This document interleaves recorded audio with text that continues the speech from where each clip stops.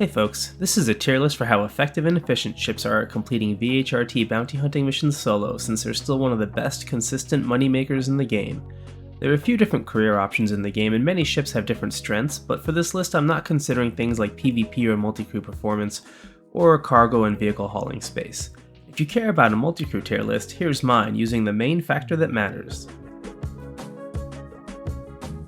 I've come up with this list based on my experience flying almost all of these ships in group and single VHRT missions in 3.17, and I've made over 60 million credits in-game by bounty hunting since the 315 wipe. I'm rating these ships for the fits that I'd use, not their default loadouts, so I'll be talking about a ship's hardpoints and not their default weapons and shields. If you're curious how I approach combat with these ships, check out some of my recent videos or ask me about it.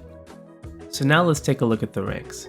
The S tier is for ships that clearly outperform everything else and can do VHRTs quickly and relatively safely. The A tier is for ships with good DPS that perform well, and so they're my VHRT happy place. The B tier has ships that are solid options that are capable of combat that I like to use occasionally to mix things up, but they're light on either DPS, tankiness, or agility. The C tier is where you start getting ships that aren't ideal for efficient mission running, and you'll likely want to upgrade. I generally won't fly these to grind money once I get a B tier or higher ship. E tier is for ships that you'd use just for fun or for an extra challenge or if you're just starting out. And the F tier is actually not even a tier. This is for all the ships that I'm going to not even mention since they're not really useful in solo bounty hunting. So let's get into it. I'm going to start by ripping off a band-aid. In my last tier list, the Ares starfighters are absolute monsters, with the Ion even warranting its own tier with how incredibly overpowered it was. Since then, they've been heavily nerfed, losing their aim assist and having their shots actually not even align properly with the crosshairs. This, combined with the huge nerf to missile damage in 3.17, means they're no longer effective at VHRT bounty hunting, since they'll really struggle to land damage on the smaller ships like the Hurricane and even the Warden. Even against ERT targets, they're only somewhat effective since the hammerheads will rotate a lot and spread out your damage on different shield faces while recharging them. The Ares were intended to be anti-capital fighters, and that's currently the only role they can really do well at. I don't like the way the current ion cannon feels, but I still enjoyed using the ship against the Idris during the Xenothreat final battle. But as far as VHRTs are concerned, they're now near the back end of the C tier. You either die a hero or live long enough to see yourself become rebalanced. Next, we've got the Origin 100 series of ships, which are actually going to land at the top of the D tier. This includes the 100I, the 125A, and the 135C. I actually think they're great starter ships and fun to fly around in, but for VHRT combat, they're lacking in DPS and survivability with only 2 size 3 hardpoints and a single size 1 shield. Plus their engines and weapons are in their wings, so if you lose a wing, not only do you lose half your guns, but your ship becomes extremely hard to control, so you'll probably have to self-destruct. The next step up in the Origin lineup is the 300 series, which is C tier.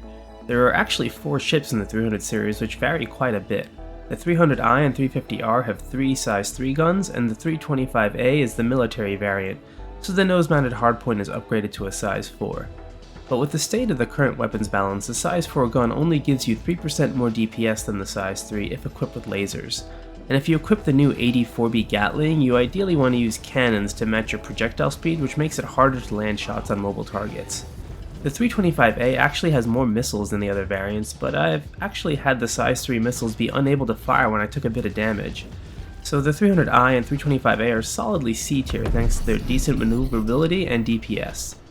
I'm downgrading the 350R to D tier though, because as a racing ship it has a really flimsy hull and you need to be able to take some hits in VHRTs due to ballistic damage penetrating shields. 315P is also D tier at combat since it only has 2 size 3 weapons and lacks DPS. The 400I isn't really a combat ship, but thanks to its impressive missile loadout, 2 size 4 weapons, and single size 3 shield, you could beat some VHRTs with it. It's even got about 3 times as much hull HP as the 600I, so enemies with ballistics won't immediately destroy you. Where it's really let down though is its maneuverability. Unless you use a lot of your missiles, you don't have enough firepower to destroy a VHRT target in one pass, and you'll really struggle to swing around and try to reacquire them after they get behind you, so it lands in the D tier. 600I is the largest Origin ship in this list, and it's at the top of B tier thanks to its fantastic DPS from its 3 size 5 cannons and the protection of its 2 size 3 shields. Some people probably wonder why it isn't ranked higher, so let me explain why I don't think it gets there. You need to play it exactly right with this ship, which means you have to be able to kite the enemy and not let them catch up to you and get behind you because you're too slow and heavy to rotate around and easily keep them in your sights. And this is even worse in atmosphere, where a lot of bounties are going to be. You do get 16 size 3 missiles to help soften targets, but with 317's huge nerf to missile damage, you'll rarely one-shot the smaller ones even with a full volley, so you're usually going to have to fight them with the cannons.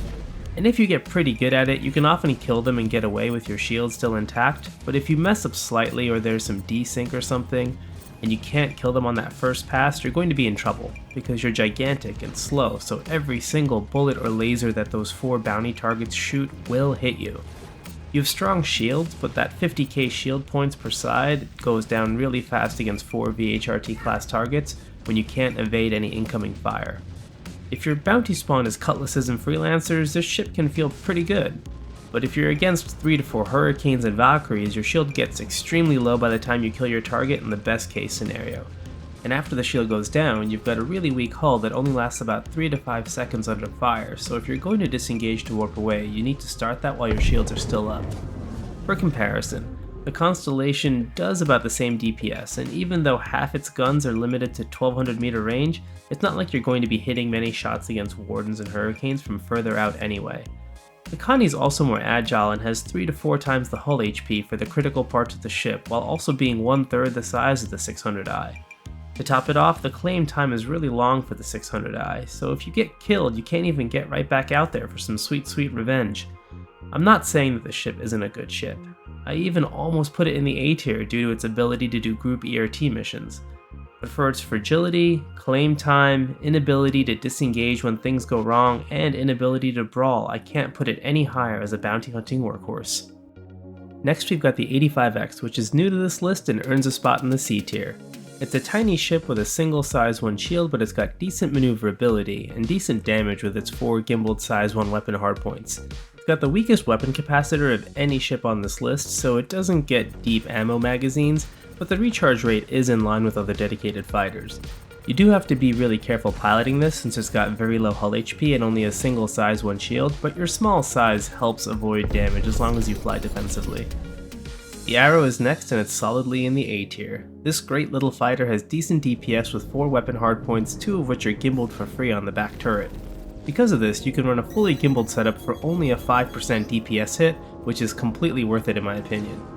Despite only having a single size 1 shield, the tiny front cross section and overall small size make it hard to hit, which gives it some decent tankiness as long as you make sure to keep moving. The best part of this ship though is its laser precise agility. This is something that you can't really tell by looking at the stats on paper, but when you fly it, the ship just does what you want it to do without delay in both space and atmosphere. So it's an absolute joy to fly and pretty effective at VHRTs if you fly defensively. The Auroras are next and make it near the top of D tier. All the Aurora variants are capable of decent DPS and shielding with 4 size 1 hardpoints, the capacitor of a light fighter, and 2 size 1 shields, but they're really held back because they cannot handle turning even slightly above SCM speed in atmosphere. Even in the very light atmosphere of a moon, I struggle to make my Aurora turn while at the SCM speed. So even though the turn rates on Urkel look very good, in reality you won't be able to use them in many combat situations, and their SCM speeds are basically the lowest of any combat ships in the game. That said, they're still capable in space, so thanks to its decent gimbal DPS and shields, it still makes it to the top of D tier. The Avenger series gets a respectable C tier thanks to its decent DPS with 2 size 3s and a size 4 hardpoint. I'd stick with repeaters for it until you're looking for a challenge, then try out a cannon fit with the ballistic AD-4B Gatling on the nose. It's pretty similar to the Origin 325A, and the Avenger is even more agile than the 325A, except when it comes to atmospheric flight. On moons with low atmosphere, the Avenger does decently, but on planetary atmosphere, it really struggles to turn, even within SCM speed. Still, it's capable enough to earn its spot in the C tier. The Blade is a super agile alien fighter that is C tier in 3.17.1, but will likely be A tier in 3.17.2. This is because in 3.17.1, the Blade has a locked and unchangeable weapon loadout with 2 size 3 cannons and 2 size 2 repeaters, which have different projectile speeds.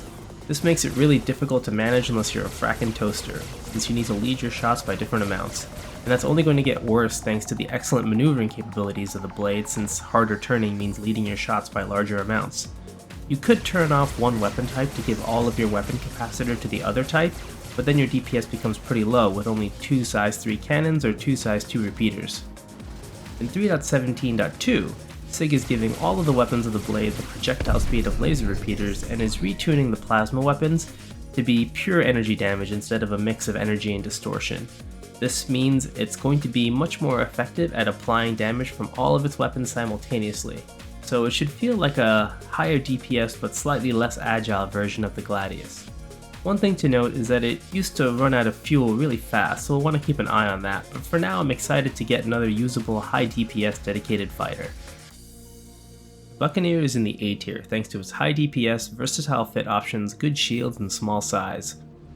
Thanks to the flexibility of the back hardpoint, I like to go for either a high DPS gimbaled laser repeater fit or a hybrid fixed cannon fit using the new AD4B Gatling. While it's true that it's not the most agile medium fighter, its small size and 2 size 1 shields helps you avoid and tank incoming damage long enough for your high DPS to get the job done. Despite having decent hull HP, the engines can be fragile if they start taking fire, so be sure to fly defensively and disengage to recharge if your shields go down. The C8X Pisces Expedition is D tier. It has okay DPS potential with 4 size 1 hardpoints, but it's got a really weak capacitor and it's got a really weak hull. And with only okay maneuverability and a single size 1 shield, it just can't justify getting out of the D tier for VHRTs. The Constellation series of ships are all A tier thanks to really impressive firepower, capacitor, shielding, and hull HP. They're large and slow, but with 2 size 5 hardpoints, 2 size 4 hardpoints, and an impressive missile loadout, they're capable of taking out ships in a single pass. And even though the numbers on Urkel make it seem like the 600i is more agile, the Constellation is actually more agile in practice thanks to having better translational thrust. So it's actually able to change which way it's pointing faster and help finish off a target that may have gotten behind you. And it also has 6 times the hull HP of the 600i while being 1/3 the size of it, and having a 33% higher SCM speed, which isn't a lot in actual speed, but it helps a lot in repositioning if things go wrong. The introduction of atmospheric bounties in 3.16 and the much more dangerous AI in 3.17 threatened to drop the Connie down a rank, but since you can go with a hybrid setup now with the size 5 85B Gatlings and a size 4 laser cannons on the bottom, you can keep your capacitor to shield, which really helps you stay tanky and regen some of the incoming damage if you have to end up brawling. Even if your capacitor is maxed on shields, your 2 size 4 laser cannons will shoot for a full minute before you need to put the capacitor back to weapons to recharge them. So based on all my combat testing, the Connie definitely earns its place in the A tier. The Cutlass series of ships are getting bumped up a tier to the B tier. At least the popular Cutlass Black and Cutlass Blue are. This is primarily thanks to the 4 size 3 weapons, their heavy fighter level capacitor, a big hull HP buff they got in 3.17, and the fact that they have 6 size 4 missile hardpoints, which means you can fit up to 48 size 1 missiles. With that kind of missile firepower, you can easily open every fight with a full volley of 4 size 1 missiles to soften the target and then dump all of your weapon capacitor into them to finish them off. Cutlass Black and the Blue are actually reasonably agile too, able to pull decent G-forces to help them keep up with targets that try to get around them. Their biggest weakness is in their large profile since they're a pretty big target from every angle, but it's a bit of a mixed bag actually because you've got these wonky weapon pylons in the front which can actually soak a bunch of damage and will actually help prevent a bunch of fire from hitting the nose of your ship, which would cause you to blow up. But that said, if you lose one of your engines in the back, you're pretty shot because you'll struggle to keep control and you'll probably crash. The Cutlass Red and Steel are both lower in the C tier since the Red doesn't have any missiles and the Steel is a good deal less agile than the other 3, and it also has locked missile racks, so you're stuck with 16 missiles. Next, we've got the Banu Defender, which is moving up a tier into the A tier. It's an alien medium fighter with great agility and great firepower with 4 size 3 weapons and a size 2 shield, compared to most ships in this class which have 2 size 1 shields. It's a bit larger, which nullifies some of that benefit, but it definitely has some staying power in VHRTs at the cost of needing longer to recharge if you can't secure a kill before the shield goes down. This does help a lot though because it gives you longer to react to incoming damage versus lighter fighters with size 1 shields that might need to disengage to recharge their shields even after a single mistake. The lights on the Defender absolutely suck though, so any dark side combat is going to have to be a lot of squinting and pinging the scan. Next we've got some bombers, and I'm going to do the Eclipse and Retaliator together because they're both S-tier dedicated bombing platforms from Aegis Dynamics that field size 9 torpedoes. In my last tier list I didn't rate these ships because the torpedoes were less consistent and had hefty restock fees, at about 5k a torpedo, and since ships used to be able to efficiently chain bounties back to back with full energy loadouts, having to go back and restock was an unnecessary time sink. But now in 3.17, with the harder bounties, ships will run more hybrid setups, use missiles more often, and take damage that needs to be repaired more often, so the pace of chaining bounties is naturally slowing down due to the increase in difficulty. So the fact that these bombers can quickly kill their target is a lot more valuable than it used to be.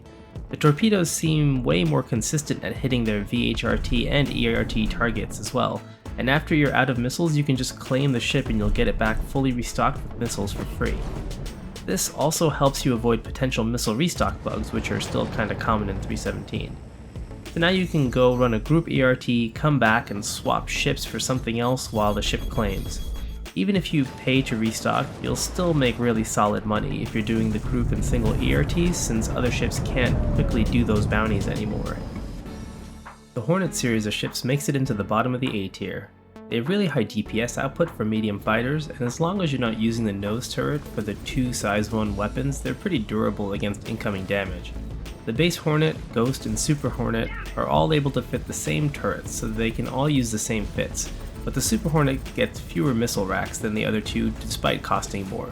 So if you're buying in-game, just get a base Hornet or a Hornet Ghost. Despite the fragile nose turret, I still like running gimbaled repeater setups on this ship with the back ball turret giving you 6 gimbaled guns for a really high DPS. Thanks to the new AD4B, you could also go with a hybrid fixed cannon setup too, which gives you the potential for much higher DPS, but it'll require more skill to land your shots. The Hornets are a bit slow for medium fighters, so you'll need to pilot well by rolling and pitching to your target to minimize their weakness. That said, they're still very effective and are ships I really like using. The Freelancer series gets bumped up 1 tier to the A tier now thanks to the high DPS combination of 4 gimbaled size 3 weapons and an incredible missile payload on the Freelancer Miss. You can fit 32 size 1 missiles on the wings in addition to the 20 size 3 missiles that come in its custom missile launcher. So with 52 missiles, you can do 3 to 4 group VHRTs in a row, firing a full volley of 4 size 1 missiles or 3 size 3 missiles at the target to start, and then mopping them up with the 4 size 3 gimbaled repeaters. That said, the ship is extremely not agile, so you'll want to make sure that you've landed a missile or two to soften the target before engaging so that you can kill them on the first or second pass. You do not want to get into an extended turning fight with any targets because you won't come out ahead. After a little bit of practice, you can pretty consistently overwhelm VHRTs with a bunch of auto-aiming firepower via the missiles and the gimbals, and get away without taking too much hull damage. The ship also has a ton of boost available, so you can boost liberally to help yourself out while turning or flying away, but it's still extremely slow. One caveat is that you really can't take the ship into planetary atmosphere because it handles really poorly there. So you're limited to doing bounties with these ships in Crusader or ArcCorp space since there won't be any bounties on the planets. The other Freelancer models have the same gimbaled weapon hardpoints, and they get up to 24 size 1 missiles so they can approach combat in a similar way, but they're slightly less agile and less efficient due to having less than half as many potential missiles, so I'd drop them down a tier to the B tier. The Gladiator is D tier for me because it's balanced like a heavy fighter in terms of maneuverability and capacitor, but its actual weapon loadout is only 2 size 3 weapons and it only has 2 size 1 shields. This is because it's technically a bomber, so it can carry 4 size 5 torpedoes, but a single size 5 torpedo won't kill a VHRT level target, so you'll need 2 or more. It also gets some more missiles on 4 size 3 missile racks, but that's only enough to kill a couple ships with the full missile loadout, so you'll still need to rely on your low DPS, shielding, and maneuverability to finish the job. It can turn well in atmosphere, but it's quite sluggish in terms of translational thrust for its size. The Gladius is a solid A tier dedicated fighter. It's actually only got okay DPS with 3 size 3 weapons and the slightly lower capacitor of a light fighter, but it's so agile and precise that it's capable of consistently landing its shots and applying that DPS. It's got a pretty small front profile and 2 size 1 shields, so with some practice you should be able to finish off VHRT targets without having to disengage by flying defensively to avoid incoming fire. At It's also decently durable and can take some hull damage without losing firepower or maneuverability. I like a fixed weapon setup on this ship, but you could take a 9% DPS hit to go gimbaled if you wanted to. Next is the Glaive, which dropped down a tier to the C tier. Thanks to the incredible power of size 5 weapons, it was B tier, but with the more evasive AI and bounties in atmosphere, the low rotational agility and relatively light shielding of the Glaive is a bigger handicap than it was before. It's also a pretty big target, so it's very hard to avoid incoming fire. So you want to avoid dogfighting and instead snipe enemies from range using the size 5 cannons. I'd recommend powering off the size 1 repeaters to give all your capacitor to the size 5s, and focus down whatever targets present themselves as the easiest shot. You can't always go for the mission target first, since if a wingman starts attacking you, you won't last long thanks to your big size and small 2 size 1 shields. It does have good thrust though, so you can get away and reset things when things go wrong, assuming you didn't die already. Unfortunately, I don't have a Glaive in 317, so I'm basing this off my experience with the ship from 315, but I think it applies. The Hawk is B tier, which is a downgrade of 1 tier. It even had its transversal agility upgraded slightly, but it's still pretty bad in all dimensions except forwards and up, so you really have to rely on those for mobility. It's got decent shielding with 2 size 1 shields, but it's got a really flimsy hull compared to other light or medium fighters, and it's got a weird shape that gives it a kind of large cross section from all sides, so you have to be careful once your shields are low. The EMP distortion pulse charges fast though and has a quick cooldown, but has low range, making it a bit tougher to use. That said, it's still a fun, high DPS ship to fly. I'm just putting it down a tier due to how much you have to fly defensively to protect the weak hull against the tougher bounties. I like a fully gimbaled repeater fit for it, since you only lose 2% DPS compared to a fixed fit. Next, we've got the Hercules Starlifters, which are all actually in the C tier thanks to their 2 size 5 hardpoints and the fact that they're way more agile than a gigantic ship of that size has any business being. Even in atmosphere, they handle pretty well, even if it is a bit slow. They're actually quite capable, they have a ton of boost, and with their really strong capacitor, they can keep the power to shields and still get 26 seconds of firing time from the size 5 cannons before needing move power to weapons to recharge them. The main reason they're not higher is because they are gigantic, so they're a really easy target not only for incoming fire but also for ramming and bumping, which the AI loves to do. But yeah, after flying the C2 and bounties in 317, it's actually surprisingly good. The Hurricane is down a tier compared to before and is now a D tier for solo bounty hunting. This ship is really meant for a 2-man crew since the majority of its DPS is available only to the gunner. It only has 2 size 4 weapons for the pilot, so it's got low DPS unless you go ballistics, and it isn't very agile.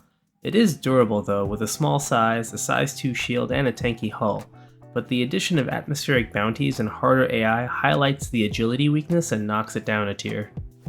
The Khartu-al is C tier and actually moved up a tier compared to before when it used to be at the bottom. That's because it's got absolutely fantastic agility and it's great at atmospheric flight. It's still got low DPS with only 2 size 4 weapons, and it's got an obscenely large front cross section, but in the hands of a skilled pilot who's flying defensively, it can do well since it's precise enough to make all of its shots count. Plus, the cool factor alone is out of this world. The M50 stays where it was in the D tier. It's super tanky and hard to hit thanks to its 2 size 1 shields and its tiny size, but it struggles to turn in atmosphere even when you're below the SCM speed. And if you're above the SCM speed in atmosphere, it can actually get unstable and struggle to even fly straight. And to seal its fate, it's got really pitiful DPS with only 2 size 2 weapons, so it can be fun to fly in space, but it's not efficient at combat and really struggles with atmospheric maneuvering. It does look really good though. The Mantis is a new addition to this list, but it's landing in the D tier. In the current implementation of the game, NPC bounties don't try to run away from you, so the quantum dampener doesn't have any use in PvE. And the ship has too little DPS to be effective with only 2 size 3 weapons, so D tier is where it belongs. It also looks really cool though. For the MSR, I'm going to say the exact same thing I said last time. It's D tier. It's big, slow, and has low DPS. These are not the fighters you're looking for. The Mustang Alpha stays where it was at B tier. The ship gives you fantastic bang for your buck, being a very maneuverable light fighter with the same gimbal DPS as an Arrow. It turns and flies well in atmosphere too, which helps it avoid incoming fire.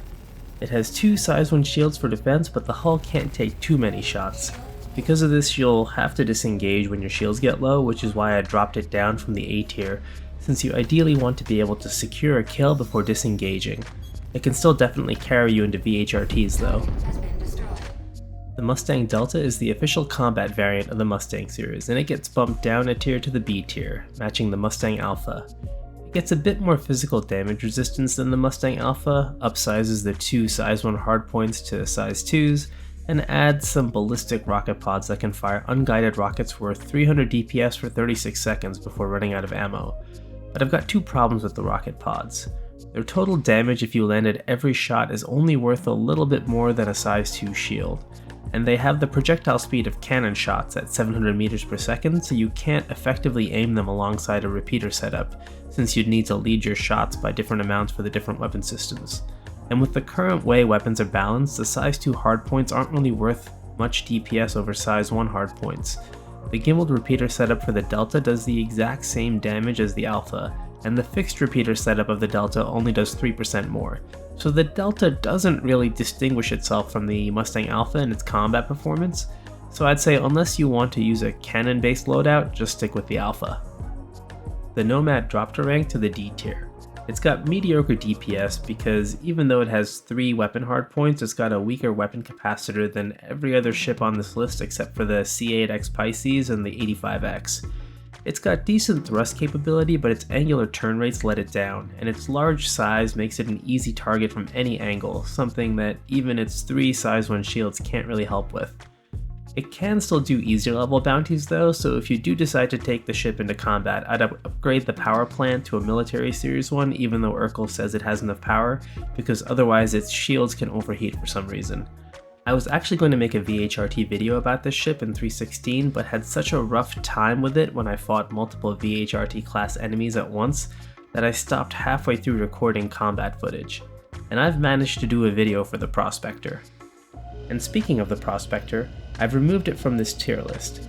I know many of you enjoyed seeing me fight VHRTs in that ship, but given the higher challenge of the current bounties, I just can't do that to myself again.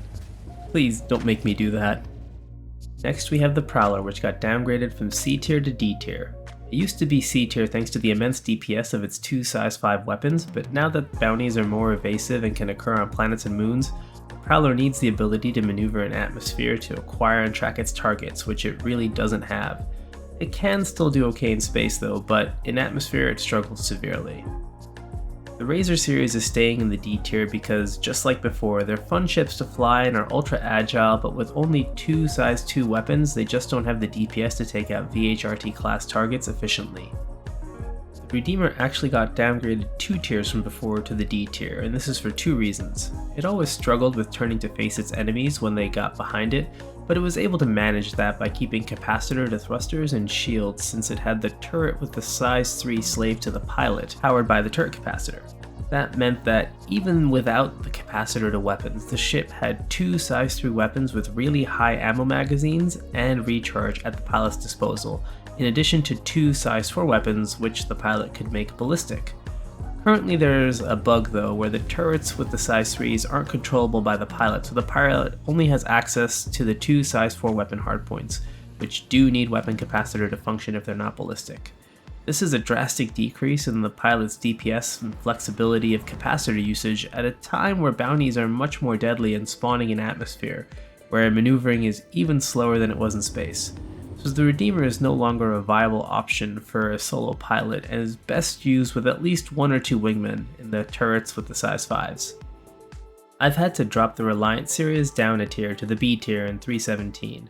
They're still fantastic ships at combat, but thanks to the more dangerous AI, you have to be much more on top of your defensive flying when fighting multiple VHRT class enemies, because you're a pretty large ship with a large side profile. The ship does get 2 size 1 shields to help cope with that size, and it can turn really well for its size, even in atmosphere. It's got decent hull HP, and a lot of the hull can take damage without really impacting your fighting capability. In practice, I've never had problems beyond the standard torque imbalance, but I'm careful to fly defensively and to disengage to recharge shields when they get low. The nice thing is the Reliance can fit devastating DPS with 6 gimbaled weapons, and the Tana variant even gets up to 24 missiles to help soften targets before engaging them. They have fantastic external visibility while also giving you clear sight of 4 MFDs, so the cockpit layout doesn't get much better than this in my opinion. I like these ships so much I've bought both a core and a Tana in-game, but I know they take a bit of defensive piloting to make them work, so they get B tier. The Sabre is still in B tier thanks to its 4 size 3 weapon hardpoints and its decent shielding. Despite having a relatively slim front cross-section, it's still a pretty large ship and its thrust capabilities are on the lower end of the medium fighters, so you're often going to have to disengage to recharge your shields. It handles well despite that though, and it's satisfying to use as long as you make sure to roll and pitch over to your target, since it's got a much stronger pitch axis than yaw. And thanks to its decent firepower and good SCM speed, you can often secure kills in decent time even if you need to quickly circle around to recharge your shields. And it's also got a respectable missile loadout, capable of fitting 16 size 1 missiles just like the Gladius. The Scorpius is a new ship for 317 and a newcomer to the list, and it earns itself a spot in the A tier thanks to its 4 size 3 weapon hardpoints, 16 missiles, a strong weapon capacitor, and its respectable maneuverability. It's basically got the pitch, roll, yaw maneuverability of a medium fighter while having the weapon capacitor of a heavy fighter. This means you'll be able to track your target a bit easier while being able to dump your larger magazine into them. And while the thrust capability isn't particularly impressive, the total package is more than enough to be effective at bounty hunting. However, since it only has a single size 2 shield and it's pretty large, you have to watch your shields and disengage if they start getting low, which can happen pretty quickly when you're fighting outnumbered. But even with that, the ship feels durable, and while doing a bunch of group VHRTs, I never lost a weapon until I smacked it into Port Olisar while trying to record some footage. And that's nice because people did have concerns about the wings and weapons getting shot off, but as long as you're careful, it doesn't seem to be a super frequent issue. My biggest gripe about this ship is that it only has 2 MFDs for the pilot, so your targeting screen is constantly being taken over by the enemy saying stupid crap at you. If we had one more MFD, we could have set it to the comm screen, which prevents enemy communications from taking over the targeting screen. The devs have talked about including some useful combat info in a dedicated spot in the HUD, so hopefully this won't be a problem forever. The Vanguard series is, in my eyes, still the king of actual bounty hunting combat, and remains in the S tier. They have absolutely top tier firepower with a size 5 and 4 size 2 hardpoints that can actually do damage closer to size 3s, since they fit unique weapons made only for the Vanguards. So with the right fit, this ship becomes an absolute unit for damage output. And unlike most other ships with access to size 5 weaponry, the Vanguards actually have the maneuverability to quickly get to their target and consistently apply that damage, even in a dogfight. If that wasn't enough, they come with 2 size 2 shields and the ability to fit 32 size 1 missiles. And if that wasn't enough, they've got a really durable hull so you can get shot up pretty bad and still not lose any meaningful functionality. Those tail fins, they do nothing. The side wings, you don't need them. The nose and body segments of the Vanguard, which are the only pieces that need to get destroyed to blow up the ship, each have as much HP as an entire Gladius. It's a durable ship. All of the Vanguards have the same thrust output, but the Sentinel is the lightest and so it's the most agile. And it also happens to have an EMP. And it's also the cheapest Vanguard. The Hoplite and Warden have similar agility, so you can get them if you prefer how they look and don't care for the EMP. The Harbinger is about 40% heavier than the others though, and so it's about 40% more sluggish, so I don't recommend it because the 3 size 5 torpedoes and the bigger turret guns aren't worth it. In the past, I liked a fully energy-based loadout, but with the 85B Gatling being available for purchase in-game, a hybrid setup is now my new go-to. By taking the capacitor away from the size 5 hardpoint, it gives your size 2 cannons twice as much ammo in their magazine, helping you secure that first kill by letting you do a total of 60,000 damage in 15 seconds across all your weapons before you need to recharge ammo. I'm calling this the Taste the Rainbow build, because it's blasting enemies with yellow ballistic fire, red lasers, and blue distortion. I don't even use the EMP anymore, this ship is that good. The only downside is that the Vanguards aren't particularly great choices for group ERTs anymore, thanks to the deadly Hammerhead AI making it very difficult to dodge incoming fire if they spawn on a moon. But that's okay, because they're still the best ship in the game at quickly, consistently, and safely clearing VHRTs. Long live the king. The Talon has moved up a bit in the C tier compared to before thanks to the introduction of atmospheric bounties. It still has a lot of the same issues that plagued it before, like its 2 size 4 hardpoints only giving it mediocre DPS and its fragile wings that are too excited to get knocked off, especially with RAM-happy AI. But with many bounties getting out of space and onto moons and planets, the ship gains an advantage thanks to its excellent atmospheric flight capabilities and the reduced risk of crashing into an asteroid or space debris, since it's much easier to track where the ground is versus where every single piece of space debris is while you're in combat. With the introduction of the new 84B Gatlings, I've had some fun doing group VHRT missions using a fully ballistic fit. This lets you keep your capacitor to shields, which helps a bit with the fact that you only have 2 size 1 shields covering the relatively large wings. But you are on the clock with this fit. You can't disengage to recharge shields as freely, since giving the enemy time to recharge is basically just wasting your ammo. That said, I haven't had an issue completing at least a full group VHRT with this fit, and I quite enjoy it. It's not the most efficient thing, but it's a fun challenge and I really miss using Gatlings. The Talon Shrike, however, stays in the D tier. I honestly don't get the logic behind this ship. Why do you take one of the most agile fighters in the game and give it 2 dinky size 2 weapon hardpoints and a bunch of large size 3 missiles? It's basically saying that you want to lob missiles at your enemy to kill them, which is a waste of its agility. And even if you fit the EM Thunderbolt missiles, which are the most likely to hit your target, you only get about 80k total missile damage before reloading, but some of those missiles won't hit. For context, a Valkyrie has 44,000 total hull HP and 18,000 shields. So to even complete one group VHRT, you're most likely going to need to fight with those 2 size 2 guns. No thank you. The Terrapin is also D tier, same as before. I've actually flown it in VHRTs now, which I hadn't when I made the last tier list. That's because last time I said that I had flown enough ships with only 2 size 2 weapons to know that I didn't want to do that again, and well, I was right. The Valkyrie is also staying in the D tier thanks to only having 2 size 2 weapons. It's got a decent weapon capacitor so it can fire for a long time, but it's extremely slow, so you just have to tank any incoming fire with your size 2 shields and hull while hoping you win the battle of attrition. Well, that's my tier list, folks. The atmospheric bounties introduced in 3.16 and the more responsive AI in 3.17 has really put more focus on ships being able to do more damage to secure a kill before you get overwhelmed, since only the smallest and most agile ships are able to keep dogfighting without needing to disengage, and even they struggle in denser atmospheres. In my opinion, the higher challenge is great for the game, and I'm excited to see where SIG takes space combat next, since they're talking about slowing down the combat speeds in one of the upcoming patches. If you've got any questions or comments, please let me know. Thanks for watching, folks. I hope you've liked this video. Cheers.